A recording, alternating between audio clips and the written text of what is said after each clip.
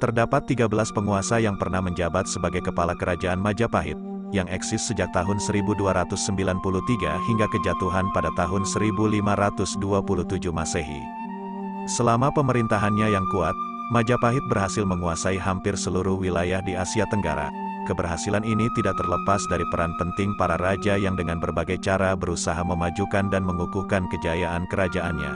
Inilah para penguasa Majapahit yang melibatkan diri dalam berbagai peristiwa sejak awal berdiri hingga keruntuhan kerajaan Majapahit.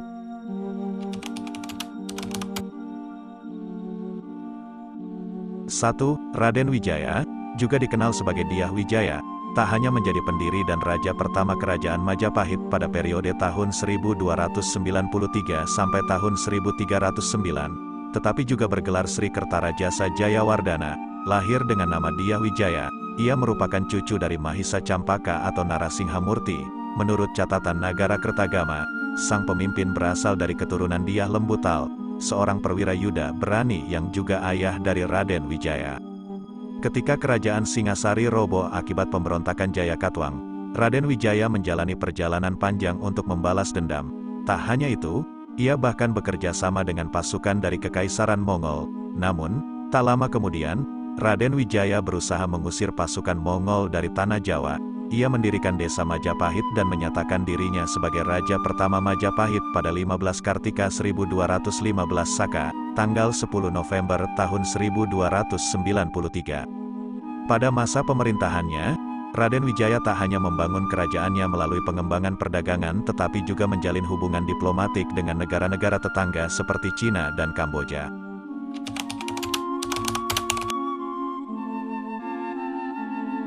Dua, Kalajemet atau Srijaya Nagara, tahun 1309 sampai tahun 1328 M, penguasa berkepribadian penuh warna. Jayanagara, putra Raden Wijaya dari Permaisuri Gayatri, memerintah Majapahit pada periode tahun 1309 sampai tahun 1328. Ia menghadapi sejumlah pemberontakan, termasuk dari Sadeng, Keta, dan Wurawari. Meski demikian, Jayanagara berhasil menumpas pemberontakan tersebut dan mempertahankan kekuasaannya. Jayanagara dikenal sebagai seorang raja yang gemar berfoya-foya dan memiliki banyak selir. Pada masa pemerintahannya, terjadi pergolakan dalam sejarah awal Kekaisaran Majapahit. Kitab Pararaton mencatat bahwa Jayanagara sendiri meninggal karena dibunuh oleh Ratanca, tabib istananya, menambahkan aspek dramatis pada kisah kepemimpinannya.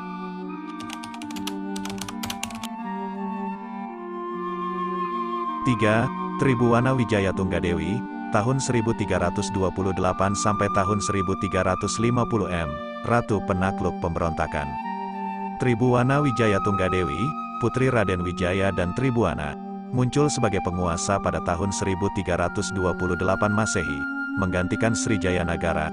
Kehidupan kerajaan Majapahit pada masa pemerintahannya masih diwarnai pemberontakan, yang akhirnya berhasil ditumpas dengan bantuan dari tokoh penting, Gajah Mada.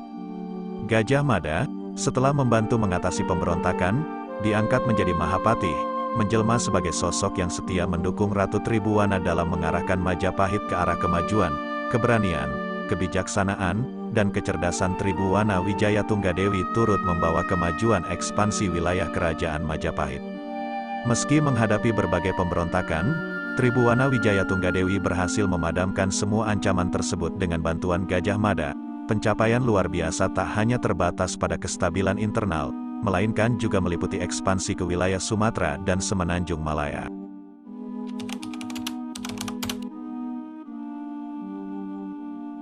4. Hayam Wuruk, tahun 1350 sampai tahun 1389 M, Raja Majapahit puncak kebijaksanaan. Pada masa kepemimpinan Hayam Wuruk, kerajaan Majapahit mencapai puncak kejayaannya. Kepiawaian dan kebijaksanaannya dalam mengelola pemerintahan menjadikannya raja paling berprestasi sepanjang sejarah kerajaan di Nusantara. Kitab Negara Kertagama mencatat kehidupan politik yang tenang dan aman di bawah pemerintahannya.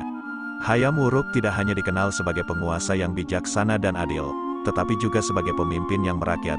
Ia rutin berkeliling desa untuk memahami secara langsung kehidupan rakyatnya. Kepemimpinan bijaksana dan keberaniannya dalam diplomasi memungkinkan Majapahit menjalin hubungan baik dengan negara-negara tetangga, mempertahankan reputasi sebagai kerajaan yang disegani.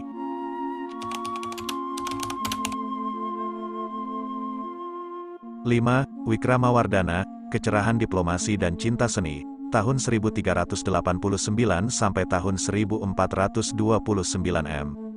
Wikramawardhana, putra terkasih Raja Hayam Wuruk dan Permaisuri Padukasori, memimpin Majapahit dari tahun 1389 hingga 1429 Masehi.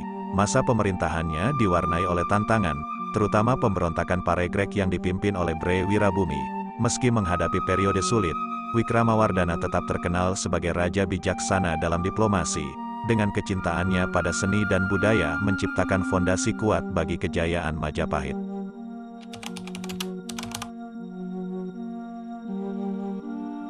Enam. Suhita, Panglima Perdamaian, tahun 1429 sampai tahun 1447 m. Suhita, putra Wikramawardhana dan Permaisuri Srengganawati, memerintah Majapahit setelah wafatnya ayahnya akibat wabah pes. Dalam masa kepemimpinannya, Suhita berhasil menangani ancaman dari kerajaan Blambangan dan menjalin hubungan dagang dengan Tiongkok. Meskipun memiliki sisi pendendam, kebijaksanaan Suhita tercermin dalam hubungan diplomatiknya dan keberaniannya memberikan hukuman kepada pelanggar hukum.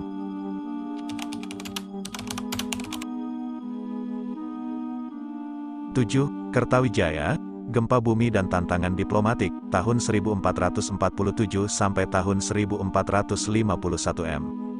Kertawijaya, adik bungsu Ratu Suhita, menjadi raja ketujuh Majapahit pada tahun 1447. Masa pemerintahannya dipenuhi dengan tantangan, termasuk serangkaian gempa bumi dan letusan gunung.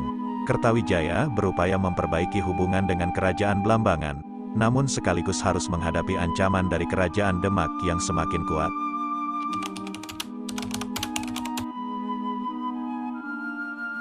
8. Raja Sawardhana, Kehidupan Singkat yang Diplomatik, tahun 1451 sampai tahun 1453 m. Raja Sawardhana, anak Kertawijaya dan Permaisuri Dyah Pitaloka Citraresmi, menjadi Raja Majapahit setelah kematian ayahnya. Meskipun hanya memerintah selama 2 tahun sebelum meninggal karena sakit, Raja Sawardhana dikenal sebagai raja bijaksana dan cendekiawan di bidang diplomasi. Masa pemerintahannya mencatat peristiwa penting, termasuk pengiriman duta besar ke Tiongkok pada tahun 1452. Setiap raja di era Majapahit membawa warna dan peristiwa unik dalam sejarahnya, menciptakan mozaik yang menyusun kejayaan dan tantangan bagi kerajaan tersebut.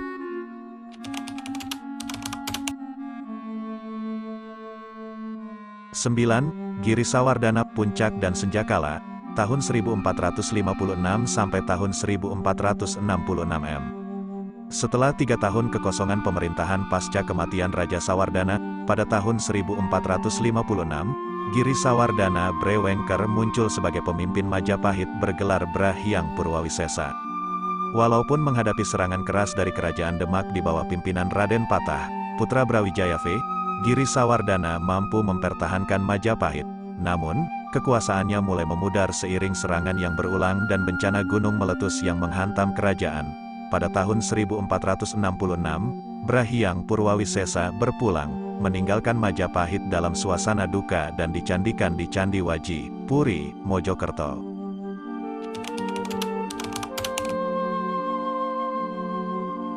10. Suraprabawa, Masa Kemunduran, tahun 1466 sampai tahun 1468.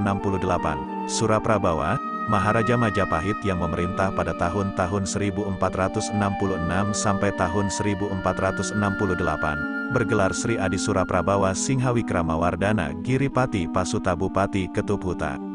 Sebagai putra bungsu Dyah Kertawijaya, mantan Raja Majapahit, dan Raja Sawardhana Dewi Dyah Sripura, pemerintahan Suraprabawa diwarnai oleh kemunduran dan keruntuhan, pemberontakan di berbagai wilayah kekuasaannya, ancaman Kesultanan Demak, dan konflik di Bali, Lombok, Sunda, Palembang, dan Malaka mengguncang fondasi Majapahit. Suraprabawa tak mampu mengatasi krisis, meninggal pada tahun 1468.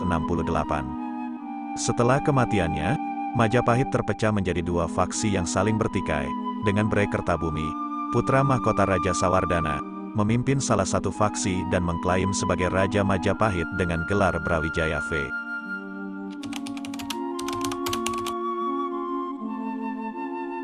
11. Bre Kertabumi, Tantangan dan Diplomasi, tahun 1468 sampai tahun 1478 M. Anak Purwawisesa dan Permaisuri Dyah Singamurti, Bray Kertabumi, memainkan peran penting dalam menggulingkan kakaknya, Brawijaya IV, dan menaiki tahta sebagai Raja Majapahit.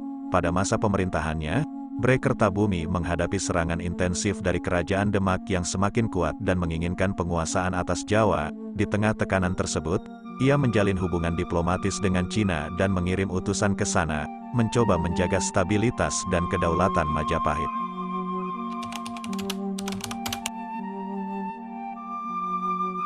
12. Girindrawardhana, kembalinya penguasa Majapahit, tahun 1478 sampai tahun 1489 M. Pada tahun 1478, Girindrawardhana Dyah Ranawijaya memasuki panggung pemerintahan Majapahit setelah kematian Suraprabawa. Persaingannya dengan Bray Kertabumi, yang juga mengklaim sebagai Raja Majapahit dengan gelar Brawijaya V, menciptakan periode ketegangan dalam sejarah kerajaan ini. Girindrawardhana, yang berasal dari Keling Kadiri, menang dalam pertarungan tersebut pada tahun yang sama, menyatukan kembali Majapahit. Meski berhasil mempertahankan wilayah dari serangan Kesultanan Demak yang dipimpin oleh Raden Patah, putra Brawijaya V, Girindrawardhana gagal mengembalikan kejayaan Majapahit. Takdir tragisnya terjadi dalam pertempuran melawan pasukan Demak yang menyerbu Majapahit.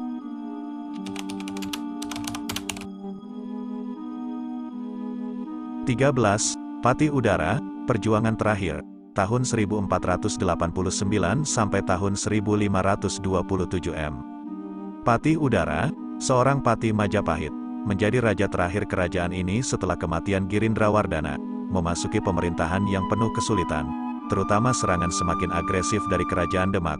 Patih Udara berusaha mempertahankan kejayaan yang tersisa. Pada tahun 1527, tahta Majapahit diwariskan kepada putranya, Menak Sapetak. Walaupun Patih Udara wafat, tantangan tak berkesudahan dari Demak membuat kekuasaan Majapahit semakin rapuh.